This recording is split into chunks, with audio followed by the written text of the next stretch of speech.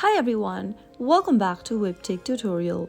In today's episode, I'm gonna be showing you how to change your name on Webull. If you are trying to change your account's name on Webull account, then here's how you can do it. First of all, open the Webull application and make sure to log in to your account. After you are signed in, go to the bottom right hand corner of the screen and tap on the menu bar. In this page, you'll now need to tap on your profile picture right next to your name at the top of the screen. Now, tap on personal information under account and security. Right where it says nickname, go ahead and tap on it and erase the current nickname you have. Now enter the new nickname you'd like to use for your account and tap on save, which will then change your nickname to something else of your preference. So that is how you can easily change your nickname on Webull. Pretty easy, isn't it? If you found the video to be helpful, go ahead and give us a thumbs up.